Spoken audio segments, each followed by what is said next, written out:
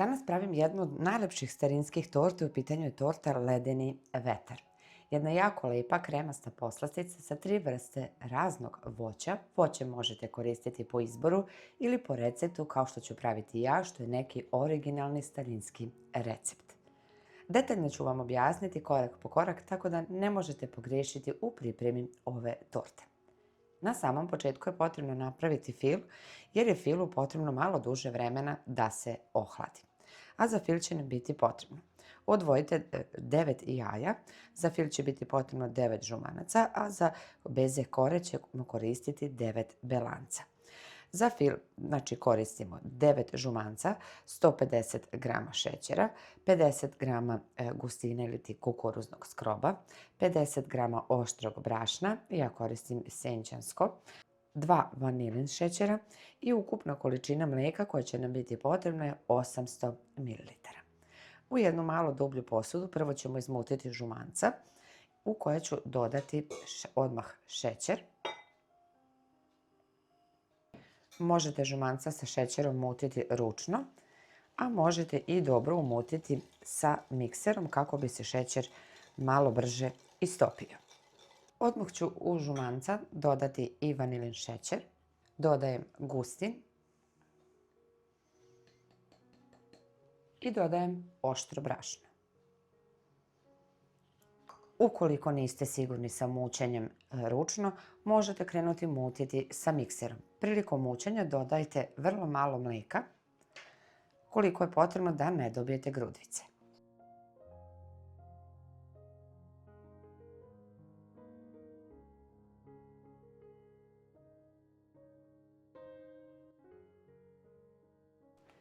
Kada smesu ovako dobro sjedinite, mora nam biti malo ređe da bi kasnije moglo mlijeko da mnogo lakše dodamo. Dodajte još vrlo malo mlijeka i izmješajte. I ovako glatku smesu bez grudvica trebate da dobijete od žumanaca. Sada ću koristiti jednu dublju šerpu u kojoj već kuvate fil i sipat ću ostatak mlijeka.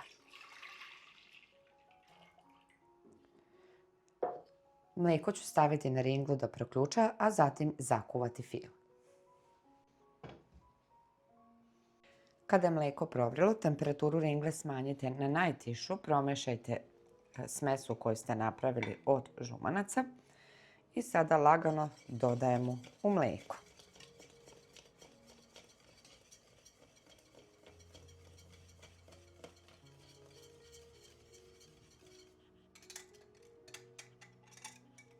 Dok kuvate ovaj fil, non stop morate mešati, temperatura mora biti na najtišoj i gotov je fil onog momenta kada vidite da se potpuno zgusne, tada još nekoliko sekundi mešajte na ringli.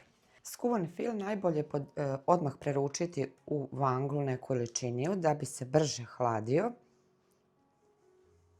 I od gore je potrebno da ga prekrijete sada prijanjajućom folijom kako se ne bi stvorila ona skrama kao korica od gore. I ostaviti na sobnoj temperaturi da se fil potpuno ohladi. Dok se fil hladi, sada ćemo napraviti beze kore ili tačnije koru za ovaj kolač. Za pripremu beze kore bit će nam potrebno 9 belenaca. Kada pravite ovu vrstu kora, morate jaja izneti bar sat, 2 vremena da vam odstoje na sobnoj temperaturi. Nikako nemojte koristiti jaja direktno iz frižidera. U suvu, čistu posudu, suva mućkalica mora biti, to je neka tajna dobro umućenih belanaca. Belanca ću prvo uključiti da se mute i posle nekih pola minuta lagano ću dodavati 300 grama šećera, to je ukupna količina koja će nam biti potrebna, ali ću dodavati postepeno kašiku po kašiku uz neprestano mućenje. Pred sam kraj, kada se belanca čvrsto umute, dodate 1 kašiku supenu. Sirćete možete alkoholno, jabukovo ili koje već imate koje želite da koristite.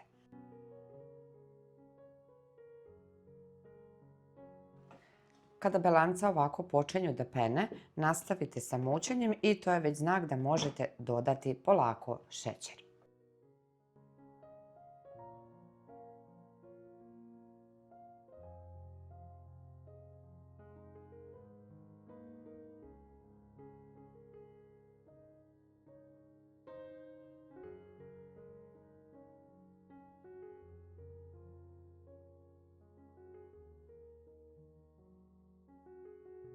Kada sam umutila belanca i sa sirćetom, sada ću vam pokazati gustinu. A najlakše vam mogu pokazati ovako. Mućkalicu kada umočite ne razlivaju se belanca. Također i kada okrenemo posudu, belanca vam ostaju čvrsta i ne mogu ispasti iz posude. Za pečenje ove beze kore koristimo tepsiju iz rerne. Moja dimenzija je 30 puta 40 cm. I sada ćemo tu da sipamo smesu od belanaca. Bez naglih i jakih pokreta, bez jakog pritiskanja i mućkanja belanaca kako se ne bi desilo da vam belanca splasnu. Dodajte ovako kao manje loptice, a kasnije ćemo poravnati sa špatulom. Rerna vam mora biti prethodno dobro zagrijana na 150 stepeni i možete uključiti već čim krenete sa mućenjem belanaca.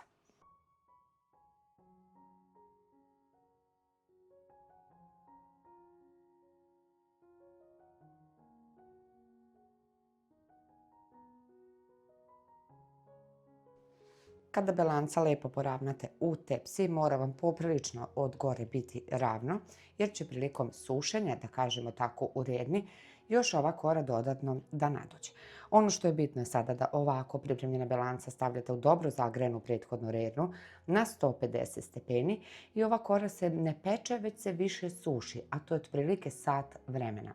Nakon sat vremena ugasite rernu, ostavite ugašenu rernu još 10 minuta, potom oškrinete malo rernu, otvorite je i tako dok se rerna hladi ostavite još 20 minuta sa otvorenom rernom. Najbitnije je da tokom pečenja tih sat vremena nikako ne otvarate rernu kako se ne bi desilo da belanca splasnu i onda vam se neće lepo kora osušiti i neće uspjeti. I kada je korica ovako pečena, ja sam je pekla tačno sat vremena na 150 stepeni, potom sam ugasila rernu i ostavila tako u ugašenoj rerni još oko pola sata. Ovako je sada potrebno ostaviti u tepsi da se ona potpuno ohladi, a kada se ohladi kasnije lagano odvojiti od rubova tepsije i sa sve papirom izvući, okrenuti možete na kontrastranu pa skinuti papir. A onda ćemo podijeliti ovako na 3 jednaka dela. Kada se kora ovako dobro ohladila, sada ću je izvući iz tepsije. Preko gornjeg dela kore stavit ću jednu krpu, pa ću lagano, da kora ne pukne, okrenuti na drugu stranu. A onda zatim skinuti lagano papir za pečenje.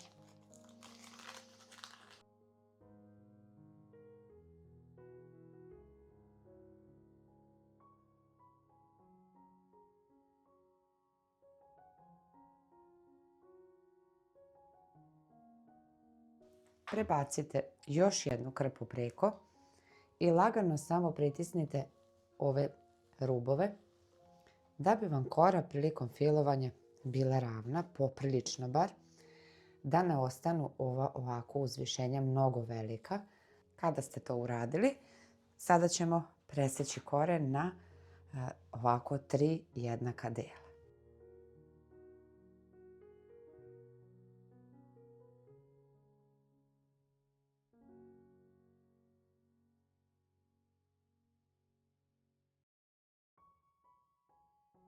Kada se fil potpuno ohladio, ovdje sam posebno umutila 250 grama margarina, možete koristiti maslac, ali pre stavljanja u fil, pre nego što margarin stavimo u fil, potrebno je da dobro umutite sam fil kako ne bi bile grudvice.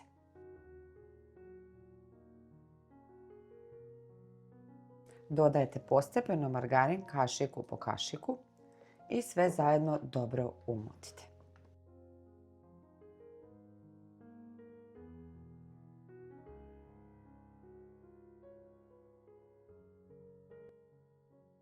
Prvi fil stavite sa strane i sada ćemo napraviti drugi fil tako što ćete 500 ml slatke pavlake umutiti, ali ne previše čvrsto, već da bude onako kremasto jer će prilikom hlađenja on, tačnije slatka pavlaka, da još dodatno stegne. Umjesto slatke pavlake možete koristiti šlag koji ćete malo gušće umutiti i u njega dodati krem fiks kako bi vam ostao čvrst.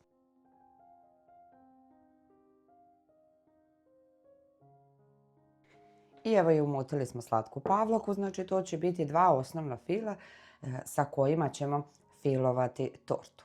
A ono što će nam biti potrebno je voće, koristit ćemo banane, kivi i jagode. Kao što rekoh, ovo je voće po onom originalnom starinskom receptu. Vi možete koristiti voće po vašoj želji i kombinovati redosled kako ćete ređati na korama. Voće sam sitno usitnila kivi i jagode da ne bude previše tanko, evo to je ta neka debljina. Ali što se banana tiče, njih sam iseckala na kolutiće da ne bi potamnile. Preliću sa malo limunovog soka i sa njima ću prvo i početi od dole da filujem koru. Sipate limun, promešate i ostavite sa strane. Na taj način ćete izbjeći da banane potamne. I sada ću na dno staviti jedan deo kore, lagano da vam ne pukne. I ako pukne, slobodno ovako vratite deo na mjesto. I sada ćemo početi sa žutim filom. Na koru stavljamo žuti fil, voće redosledom kako želite, zatim šlag, pa opet kora i tako sve do kraja.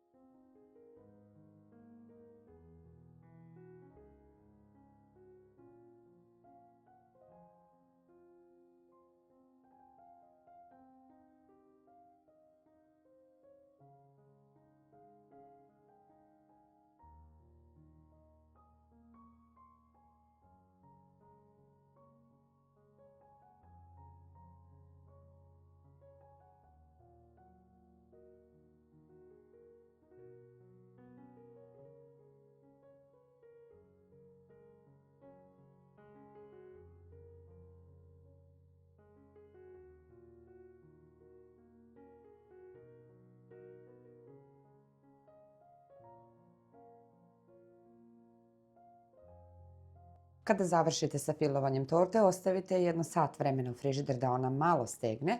Zatim ovdje sam umutila oko 100 grama običnog šlaga sa kiselom vodom i dekorišite kolač po svojoj želji i volji kako želite. Da li ćete samo premazati šlagom ili ćete sa špricem još ukrasiti od gore.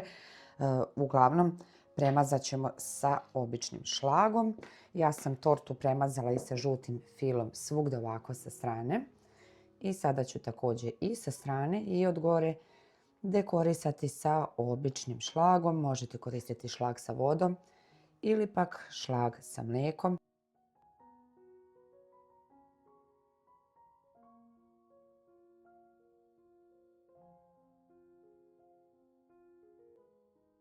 I kada ukrasite ovako lijepo i dekorišete tortu, ostavite u frižideru i kolač kao i svaki kolač i torta najljepši su kada odstoje bar jedan dan.